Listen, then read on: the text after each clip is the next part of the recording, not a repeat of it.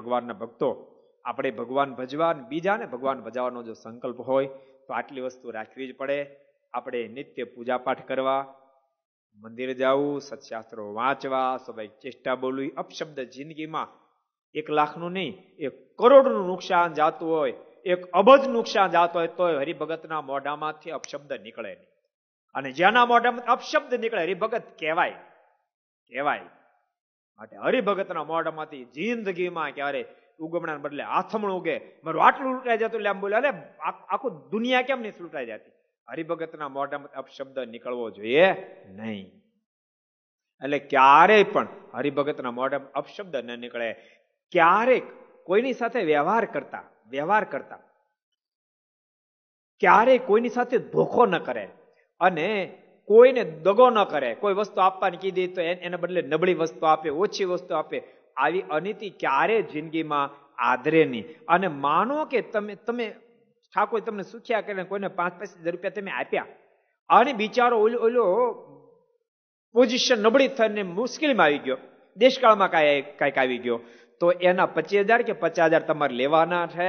તો તમે સામે ચિંતા કરીશ નહીં, થાય તે આપજે. પણ એને બદલે એની સંપત્તિ તમે લૂંટી લો તો કોઈ દી સત્સંગ થાય નહીં. પણ એને બદલે એમ તમે કહો જે દી થાય તે આપજે, તો યાદ રાખજો એને સત્સંગ થશે, એને જીવમાં ટાઢું થશે. અને જે દાડે ઠાકોરજીને સુખ્યા કરશે ત્યારે પહેલા તમને આપવા માટે આવશે, પહેલા તમને આપશે.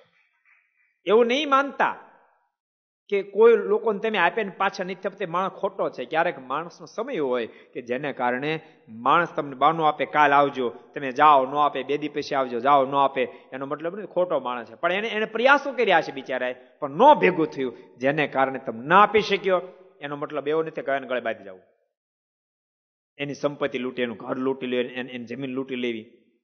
એવું જિંદગીમાં ક્યારેય કરશો નહીં, એવી મારી તમને ભલામણ છે. અન કદાચ આ સાંભળ્યા પહેલા કોઈ કે કર્યું હોય, આવો કોઈ મજબૂરીમાં આવેલો માણસ હોય, એનું ઘર લૂંટી લીધું હોય, એની જમીન લૂંટી લીધી હોય, એના ઘરના સદસ્યને એકાદ દાગીનો હોય તમે પડાવી લીધો હોય, વ્યાજનું વ્યાજ ચડાવીને, મહેરબાની કરી જો તમે તમારું હિત ઈચ્છતા હોવ તો જમીન પાછી આપી દેજો, એનું ઘર તમે એને પાછું આપી દેજો, એના ઘરેણા પાછા આપી દેજો. નહીં તો તમે ગરીબનું ઘરેણું પડાવી લીધું છે. તમે તો અત્યારે મજબૂર છે, જેને કારણે જેવી જ હુકમી કરવા ધારો એ કરી શકો.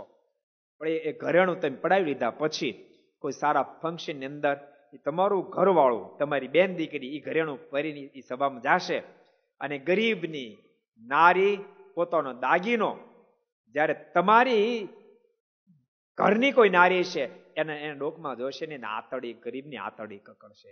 અને ગરીબની આતડી કકડશે ને તો હાથ પેઢી નખો કાઢી નાખશે. દીકરીએ દીવો નહીં રહેવાય. એ જયારે ફળ ભોગવવાનું આવશે ત્યારે ખબર પડશે. માટે મહેરબાની કરી જિંદગીમાં ક્યારે નીતિ બહાર પગ મૂકશો નહીં, તો ભગવાન ખૂબ રાજી થશે, તમને પણ આત્મસંતોષ થશે. અને ઠાકોર એવા રીત છે તમને અનેક ગુણો આપશે અને સુખ્યા પણ ખૂબ કરશે.